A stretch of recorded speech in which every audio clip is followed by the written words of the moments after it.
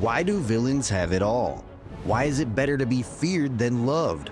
From shrewd princes and cunning politicians to wrestling heels, fear has been the ultimate currency of power. And no one embodies this dynamic better than the tribal chief Roman Reigns. But did you know that the mastermind behind his cold-blooded persona can be traced back to one of history's most infamous and controversial works, The Prince by Niccolò Machiavelli?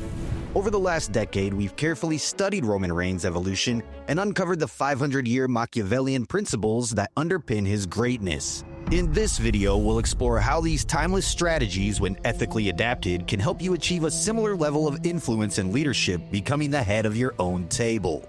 While Machiavellianism is often associated with emotional coldness, manipulation, and an unrelenting drive for power, Machiavelli wasn't advocating for pure evil. Instead, The Prince offers a pragmatic and at times unsettling examination of how leaders acquire and maintain control.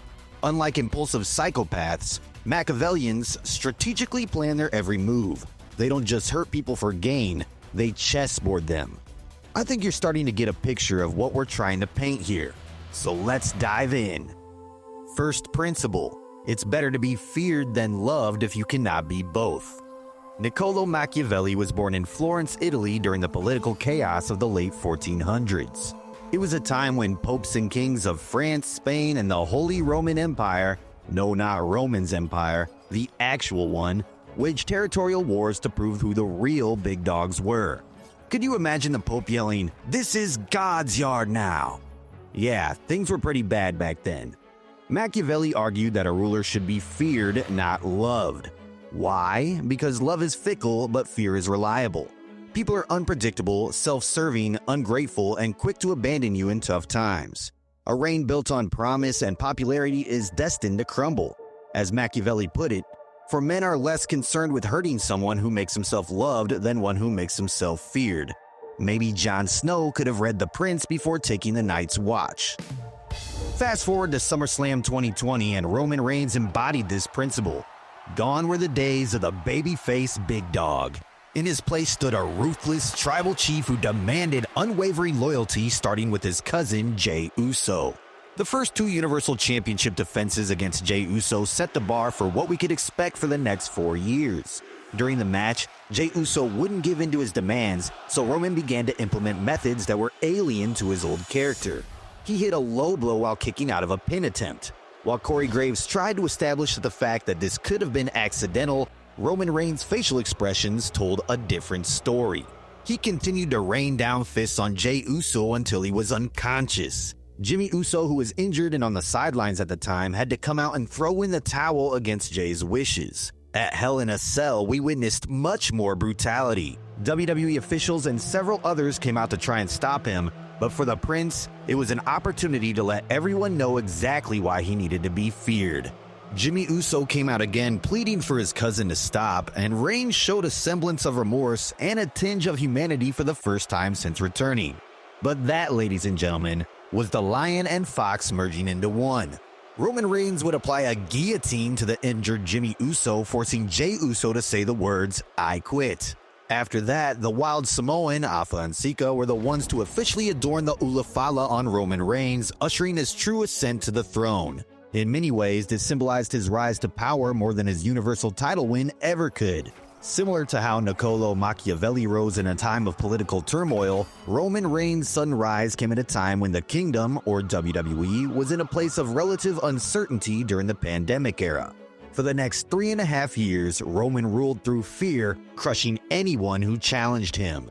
But fear, while powerful, is also fragile. Cracks began to show in late 2022 when Jey Uso boldly declared, "I don't give a damn what the tribal chief said." The way everyone reacted told the whole story. But it wasn't until Sami Zayn broke the tension with his now iconic line about Jey Uso not being very Usy that the balance was finally restored. The fallout that began with Sami Zayn and rippled through the Usos was a direct result of Roman Reigns' Machiavellian philosophy, a system where loyalty is forged in the crucible of consequence, not love or admiration. Fear was the glue that held his empire together, but once that fear began to unravel, the dominoes fell, delivering Roman Reigns a brutal reality check he couldn't ignore. Second principle: a prince must have wise counsel, not flatterers. In 1513, after being imprisoned and tortured by the Medici family under accusations of conspiracy, Niccolò Machiavelli was exiled. It was during this period of isolation that he penned one of history's most diabolical and influential works, The Prince. In this political manual, Machiavelli makes it clear a ruler needs smart advisors, not just a bunch of yes men.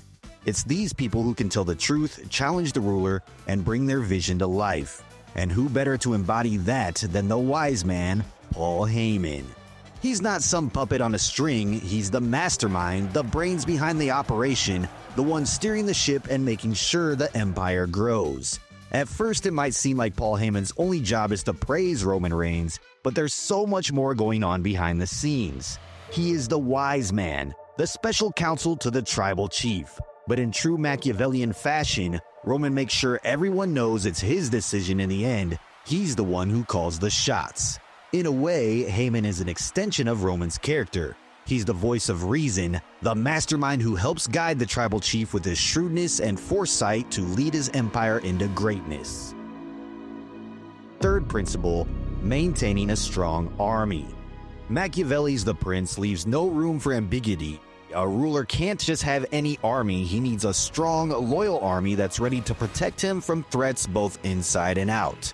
And it's not just about defending, it's about expanding and growing power.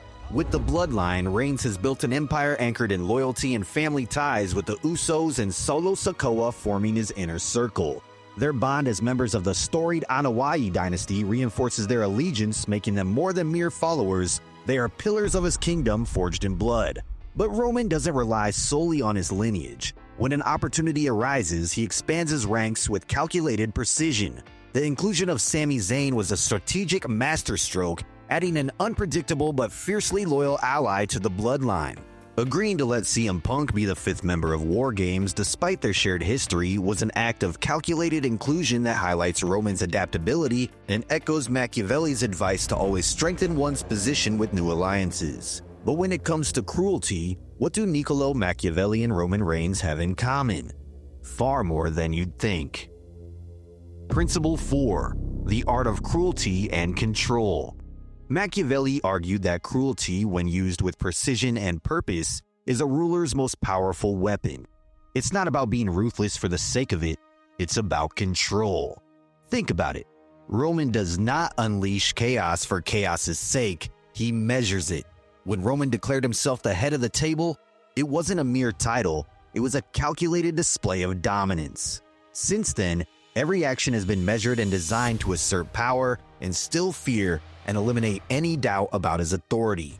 Consider Jey Uso's 2020 challenge to Roman Reigns' tribal chief status.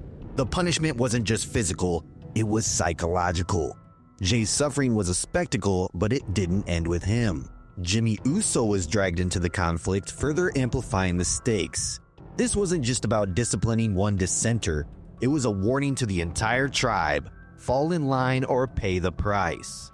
Fast forward to the road to WrestleMania 40, Roman's ultimate power move, bringing The Rock into the bloodline, wasn't about unity. It was a calculated demonstration of dominance.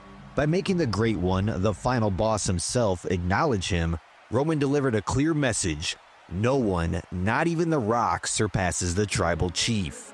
Roman Reigns is the living embodiment of Machiavelli's fox and lion.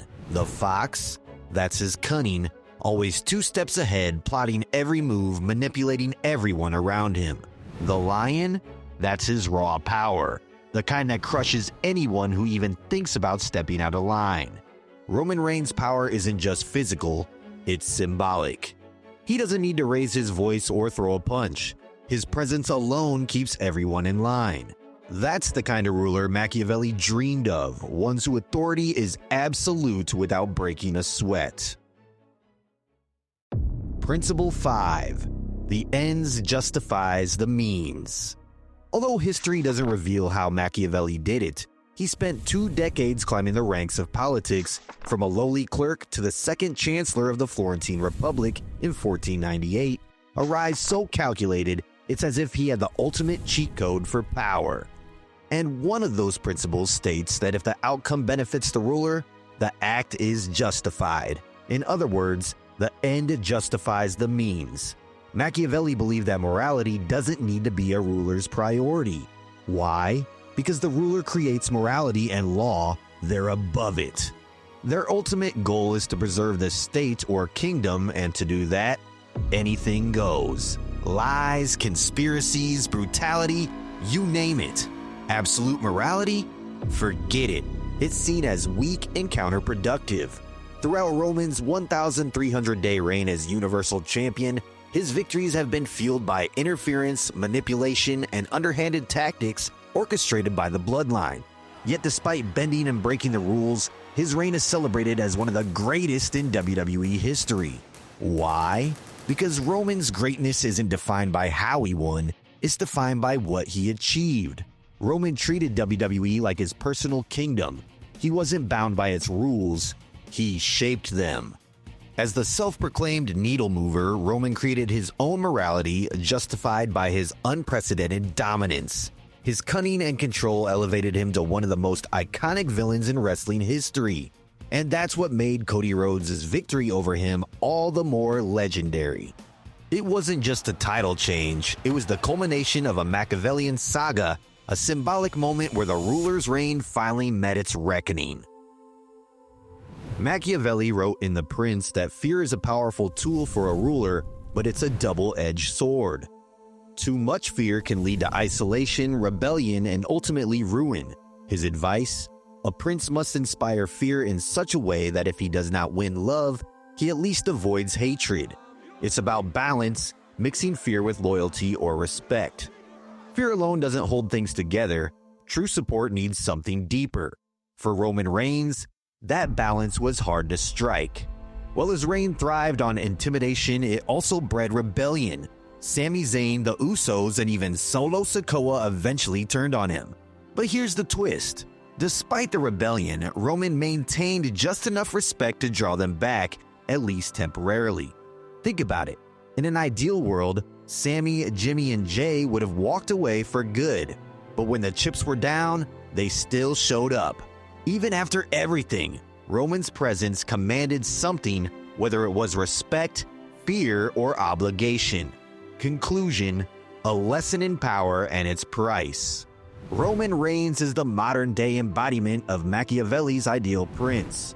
For nearly 4 years at the top, his reign was built on cunning power plays, relentless domination, and the philosophies we've explored. Everything from the chair shot by Seth Rollins 6 years ago to his 1,300-plus days as champion shaped a ruler who thrived in his kingdom's prosperity. But beneath that prosperity, cracks appeared. The same ruthless ideology that brought him success also paved the way for his downfall. And the wildest part? Roman doesn't seem to fully realize it yet. Sure, he's wearing the good guy cloak now, but make no mistake, this is still the tribal chief. No apologies, no reckoning. Saying yeet isn't exactly an olive branch. Roman is still running his playbook, recruiting Sami Zayn and the Usos back into his fold like a true Machiavellian fox. It's all about control, and Roman believes his way is the right way. And honestly, he might not be wrong.